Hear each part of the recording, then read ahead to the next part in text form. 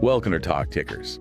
We cut through the noise of earnings calls to bring you, the crucial insights. And today we're jumping right into Lockheed Martin. That's right, their first quarter 2025 earnings call. And the headline, a pretty strong start to the year. Sales up 4%. Yeah, that 4% increase, it translates to some significant cash flow for them. Right. They were able to push, $850 million back into the business, R&D, capital expenditures, that sort of thing. And importantly for shareholders, too. Oh, absolutely. They returned a substantial $1.5 billion. That's through dividends and share repurchases. Okay, so a strong start, giving them a good foundation, it sounds like. Their full-year outlook holding steady. Yeah, it is. Still projecting that mid-single-digit sales growth, an 11% operating margin for the segments, and pretty notable double-digit growth in free cash flow per share. So this strong Q1, it gives them some breathing room, maybe, to handle potential headwinds. Exactly. They seem confident, things like potential tariffs and also the impact from that recent decision on the Next Generation Air Dominance Program, ENGD. Right, the Future Air Superiority Initiative.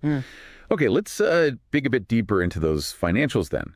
Segment operating profit margin, that actually went up to 11.6%. It did, yeah. And what's kind of interesting is that all four main business areas, aeronautics, RMS, MFC, and space, they all hit double-digit returns. All four. What drove that? Well, a lot of it came down to successfully closing out some key contracts, particularly in aeronautics, RMS, and space. Good completions there. And that success, it flowed through to the overall bottom line too, didn't it? GAAP earnings per share up 14% at $7.28. Yep, a healthy jump. The main factors there were, the higher sales volumes, obviously. Also some favorable profit adjustments on certain contracts. Okay. And a lower share count helped too. Those positives managed to outweigh, higher interest expenses and a lower FAS pension adjustment. The pension adjustment, that's about how they account for future obligations, right? Exactly, yeah. Accounting rule stuff. Yeah, their book-to-bill ratio, it was under 1 in Q1. For listeners who might not track that closely, what does that mean? Should we be worried? Right. So under 1 just means they booked slightly fewer new orders than the revenue they billed out during the quarter. Okay. And yeah, on its own, that might make you pause. But, and this is key, you have to look at their massive existing backlog. Which is sitting at? Around $173 billion. It's huge. So that provides a really significant cushion and, visibility into future revenue. It's not like the pipeline's running dry. Right. A full pipeline already secured. And speaking of securing work, they did have some pretty big contract wins in Q1, didn't they? Yeah. Especially MFC and RMS. Absolutely. MFC, that's Missiles and Fire Control, they pulled in roughly $2 billion in new orders. Wow. For what specifically? Key programs like JSMER, that's the Extended Range Missile LRAS, the anti-ship one, the YUK program, and some facility upgrades too. And that supports a production ramp-up. Yeah, significant one. They're aiming for 1,100 JSMER units per year by 2027. And on the RMS side, Rotary and Mission Systems, they booked 6 years of future work. 6 years? For the implementation phase of the Canadian Surface Combatant Program, the new destroyers. Shows that international partnership strength. And even with all that investment R&D, digital transformation efficiencies, they still generated good cash flow. They did, yeah. Free cash flow for the quarter came in at $955 million. So, still generating plenty of cash, even while investing heavily in the future. Okay, let's pivot now to the individual business areas. How did aeronautics do? We saw sales up 3%. Yep, 3% increase there brought them to $7.1 billion, the main driver. Higher production volumes for the F-35 program, demand still strong. And that volume increase boosted their profit too. Exactly. Aeronautics saw a 6% bump in operating profit, partly the volume, partly some favorable profit booking adjustments on a classified contract. And also worth noting, that continued international interest in the F-35. Singapore just signed up for 8 more F-35As. Oh, really? How many does that make for them? Brings their total program up to 20 jets now. So yeah, that international demand is definitely a factor to keep an eye on. Okay. Now, missiles and fire control, MFC, that really stood out. Sales jumped 13%. Yeah. What's fueling that? Yeah, MFC had a really strong quarter, that 13% sales growth, driven by higher volumes across several tactical and strike missile programs. JSMER, again, GMLRS. The Guided Multiple Launch Rocket System. That's the one. And HIMARS, the rocket system launcher. Demand is high for those right now. And their operating profit, that saw a huge 50% improvement. 50%, that's massive. Yeah. What's the story there? Well, part of it, to be fair, it was the absence of a $100 million loss they took in the same quarter last year, so a favorable comparison. Ah, okay. So normalizing for that. Even when you normalize for that, their underlying profit growth was still strong, right in line with sales at about 13%. So healthy margin improvement there. Got it. They also showed off a new thing, the Common Multi-Mission Truck, or COMET. It's designed to be like an affordable, rapidly produced missile, all digital, modular design. Interesting development. Huh. COMET. Okay. Rotary Emission Systems, RMS, also a solid quarter, up 6% sales. Yep. $4.3 billion in sales for RMS, driven by that Canadian ship program we mentioned, also radar programs, and ongoing Black Hawk helicopter production. And profit there. Profit looked good too, up 21%. Benefited from the higher volumes, some profit rate adjustments, and a favorable contract mix. Actually included some IP licensing revenue too. Okay. So space was the only segment with a slight dip, down 2%. Yeah, just a small decrease in space sales, mainly due to lower volume in their national security space work, specifically the OPIR program that's missile warning stuff. But that was offset somewhat. Partially, yeah, by higher volume in their commercial civil space side, especially programs focused on lunar exploration. Interestingly, though, even with slightly lower sales, space profitability actually increased. That's right. Kind of counterintuitive, but yeah. Operating profit up 17% despite the 2% sales dip. How did that happen? Driven by a favorable performance as they completed certain commercial civil space contracts, good execution there, although that was partially offset by lower earnings from their stake in ULA. Ah, United Launch Alliance. Yeah, the launch provider. Yeah. And they also mentioned their LM-400 tech demo satellite is getting ready for launch. That'll show off some new on-orbit tech. Okay, so looking ahead then, what's the overall guidance for 2025? Did the strong Q1 change anything? Nope. The full year 2025 outlook is unchanged at this point, still sticking with that mid-single-digit sales growth. Around 11% margins. Yep, 11% segment operating margin and high single-digit growth in free cash flow.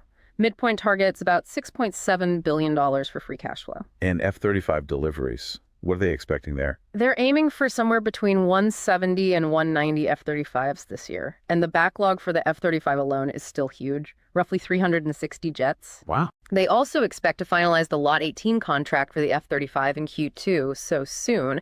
And they mentioned making progress on TR-3 stability, that's the big tech refresh, and rolling out those new capabilities incrementally. And it sounds like, their current forecasts already bake in some of those potential challenges. Yeah. Like tariffs and NGAD. Yes, exactly. Their guidance explicitly factors in their current estimates for the 2025 profit impacts from both of those things. Okay.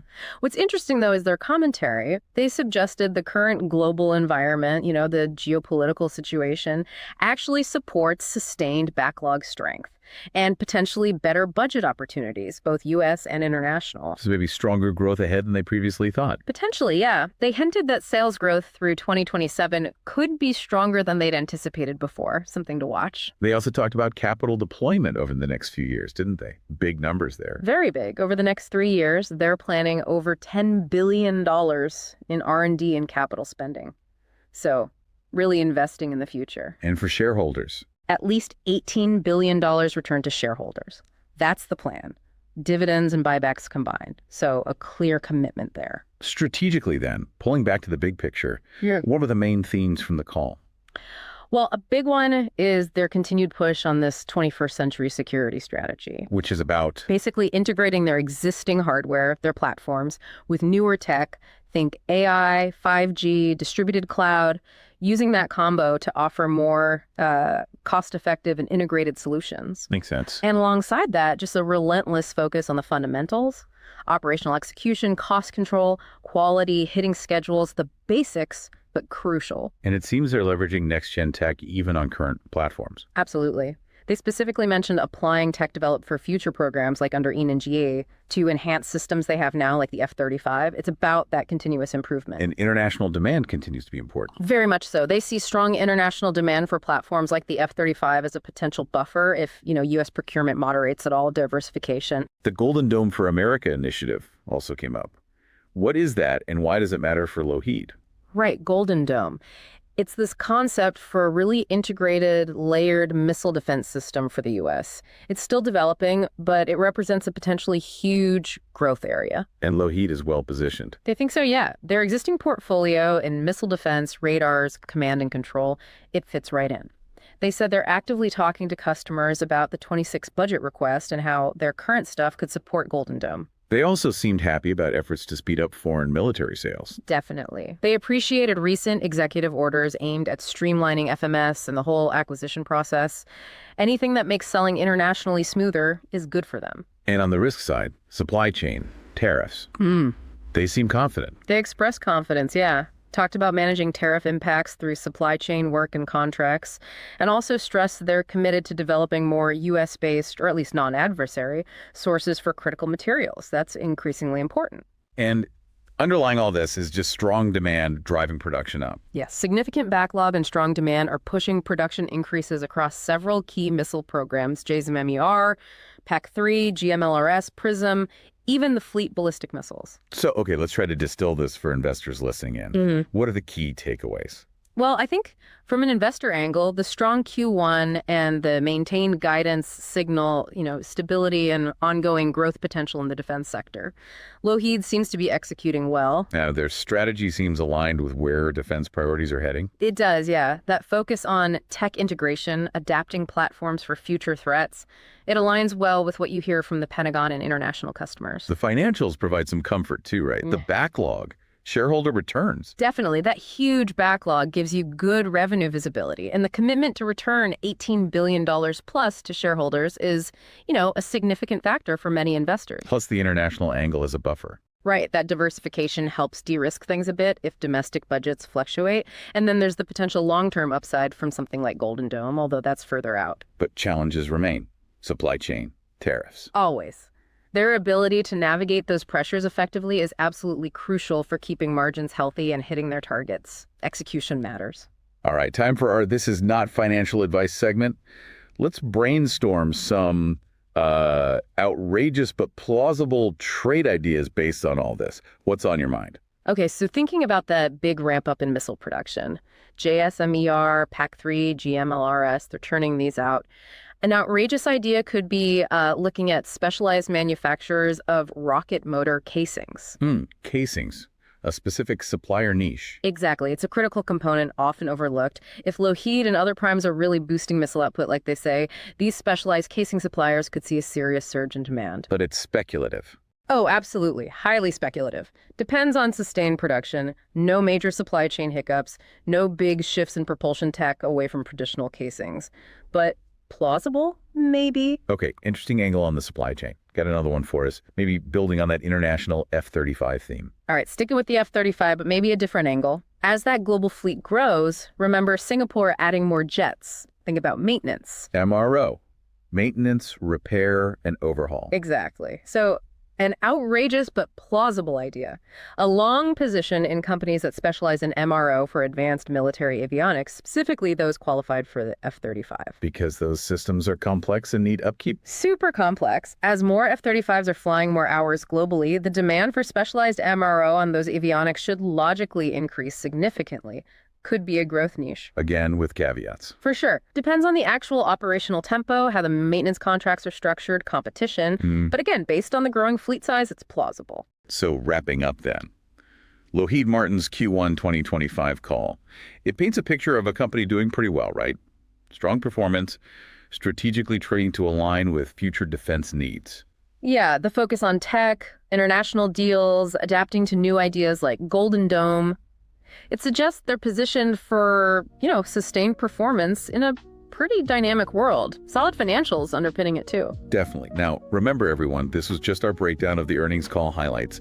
It is absolutely not financial advice. Please, always do your own thorough research before making any investment decisions. That's right. But we are curious what you think. Did anything specific about Lockheed's strategy or performance jump out at you? How do you see things like Golden Dome maybe reshaping defense down the line? Join the conversation, share your thoughts. We'd love to hear them.